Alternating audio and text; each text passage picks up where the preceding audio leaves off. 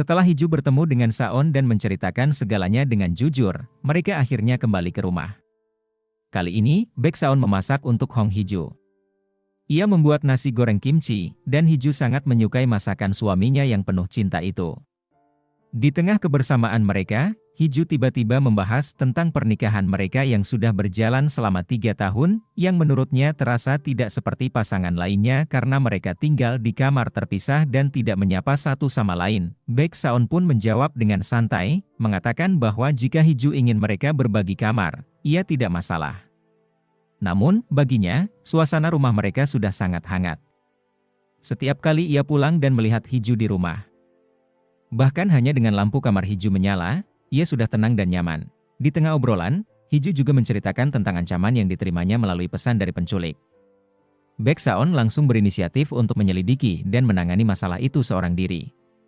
Ia meminta Hiju untuk sementara waktu tidak membahas ini kepada siapapun selain dirinya, karena Saon curiga bahwa pelakunya ada di sekitar mereka. Saon ingin melindungi Hiju dari bahaya. Tiba-tiba, Baek Saon menanyakan tentang pakaian dalam yang sebelumnya difoto oleh Hiju dan dikirimkan melalui ponsel. Hiju berusaha mengalihkan perhatian Saon agar ia tidak lagi membahas pakaian dalam itu. Dalam momen ini, mereka berpelukan, memperlihatkan betapa eratnya hubungan mereka meski situasi sedang rumit.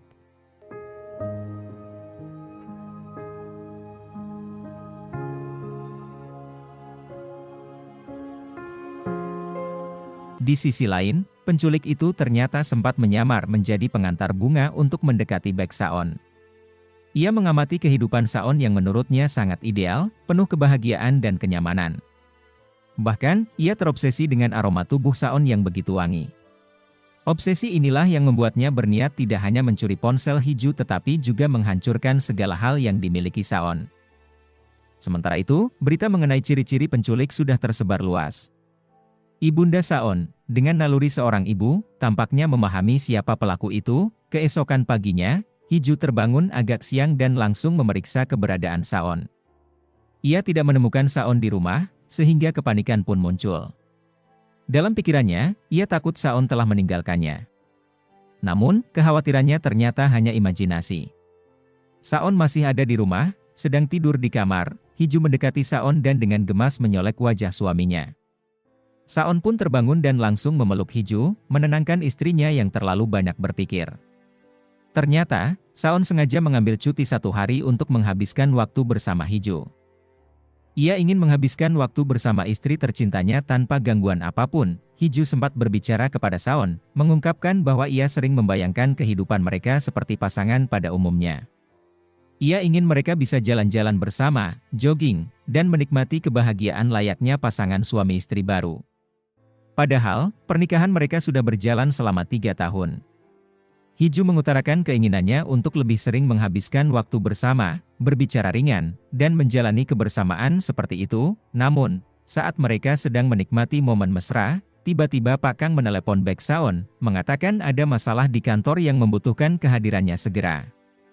Sementara itu, saat ayah Baek Saon tiba di kantornya, ia dikerumunin oleh banyak wartawan yang menanyakan masalah yang terjadi pada Baek Saon.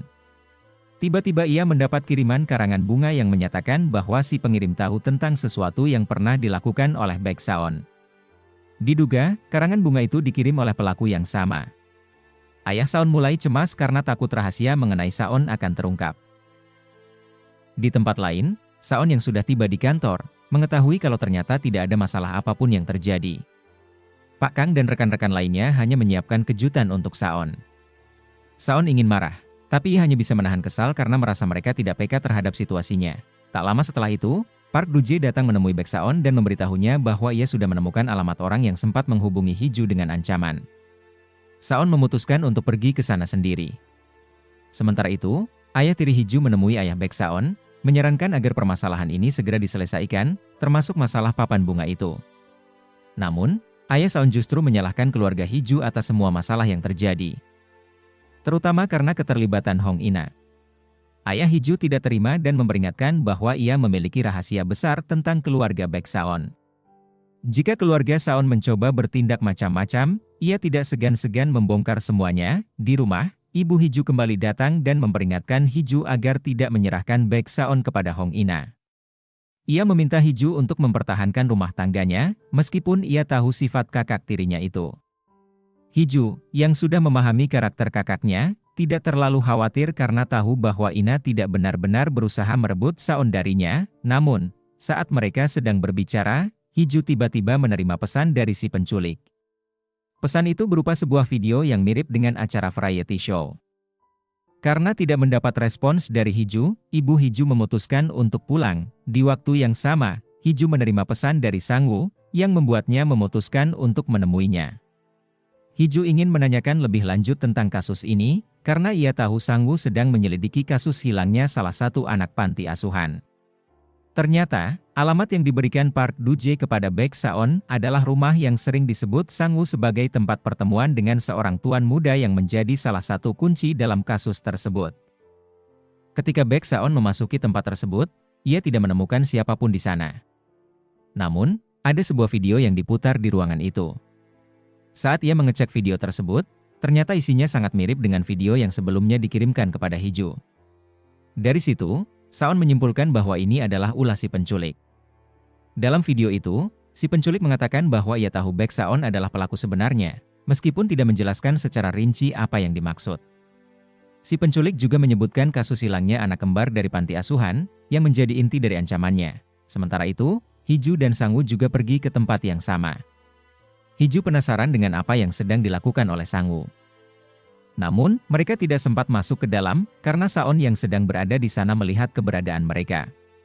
Saon yang sudah curiga langsung menelepon Hiju, tetapi Hiju tidak berani mengangkat panggilan tersebut. Di sisi lain, Sangwoo tiba-tiba mengetahui bahwa Hiju bisa berbicara.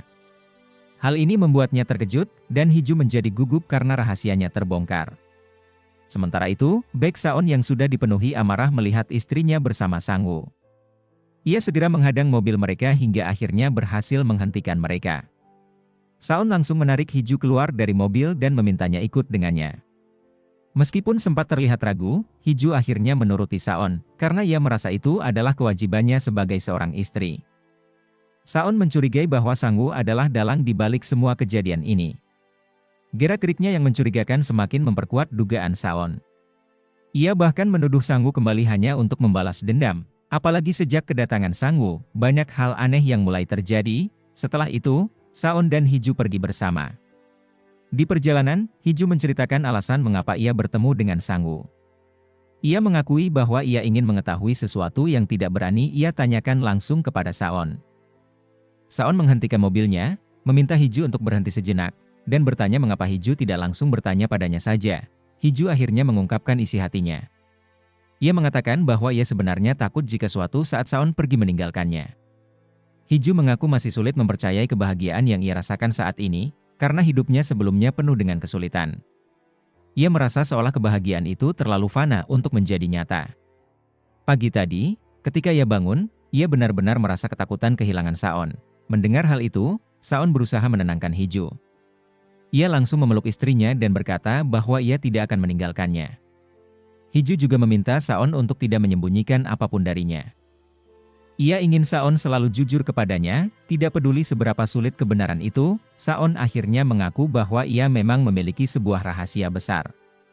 Ia memberi petunjuk kepada Hiju dengan berkata bahwa jika suatu saat Baek Saon yang ia kenal tiba-tiba menghilang atau tidak lagi menjadi seperti yang ia pikirkan, Hiju harus selalu mengingat satu hal, Baek Saon yang sekarang hanya milik Hiju seorang. Bahkan jika nanti ada perubahan dalam identitasnya, cintanya kepada Hiju tidak akan berubah. Keesokan harinya, secara tiba-tiba, Hong Ina pulang ke rumahnya dan mengejutkan ayahnya. Di sini, Hong Ina mengungkapkan bahwa ia telah mengetahui sebuah rahasia besar. Ternyata, orang yang selama ini mengirimkan hasil tes DNA Baek Saon kepada dirinya adalah ayahnya sendiri.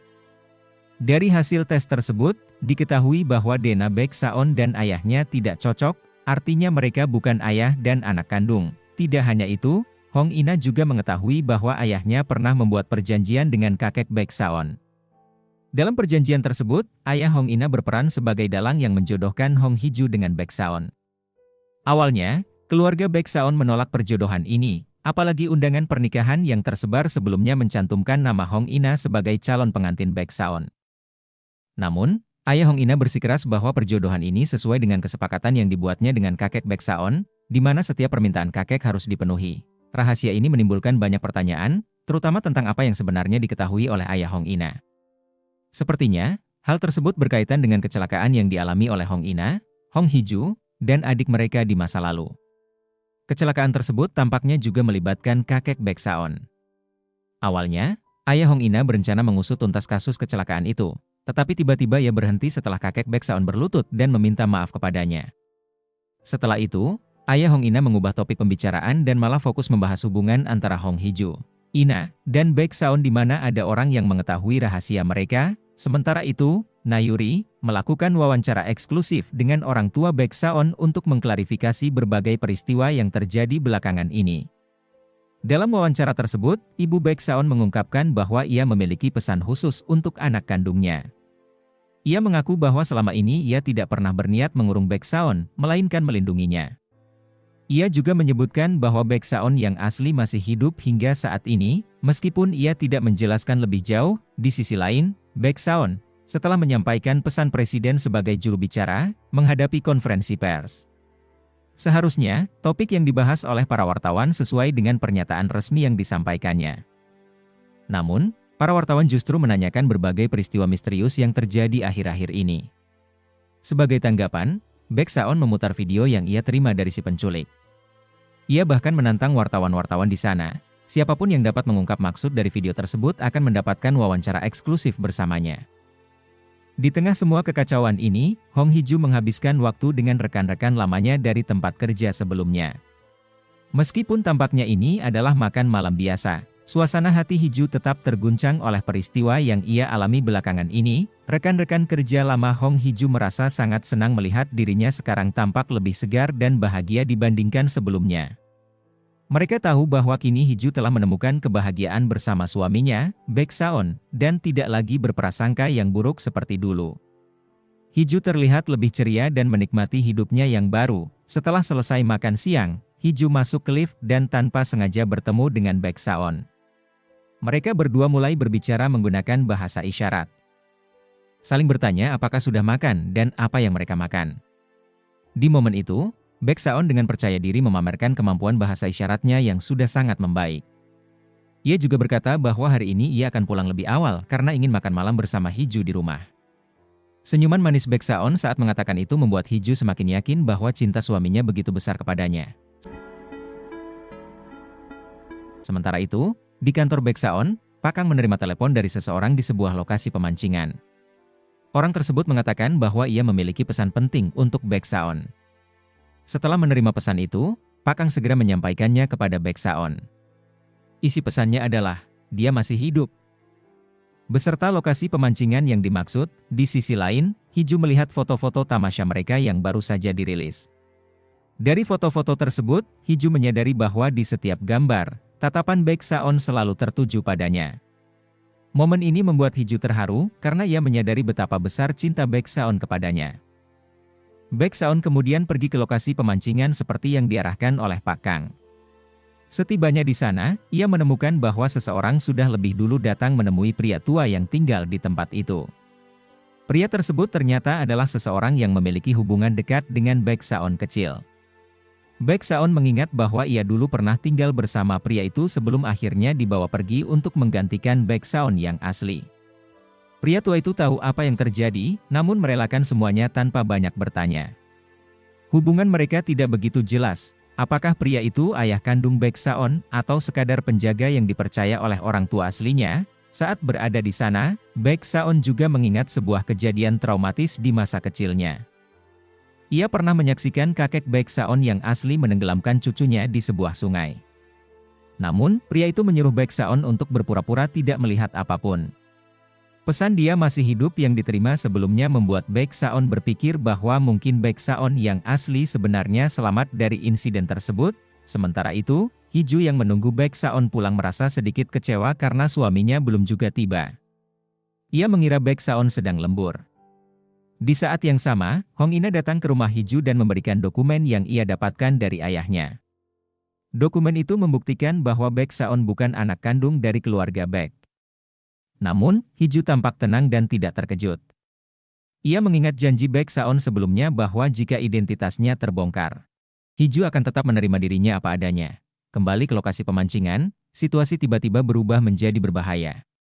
Rumah tempat pria tua itu tinggal terbakar hebat, dan saat Baeksaon mencoba menyelamatkannya, sebuah ledakan terjadi. Akibatnya, baik Baeksaon maupun pria tua tersebut pingsan akibat ledakan tersebut. 단 하나 남기고 싶은데.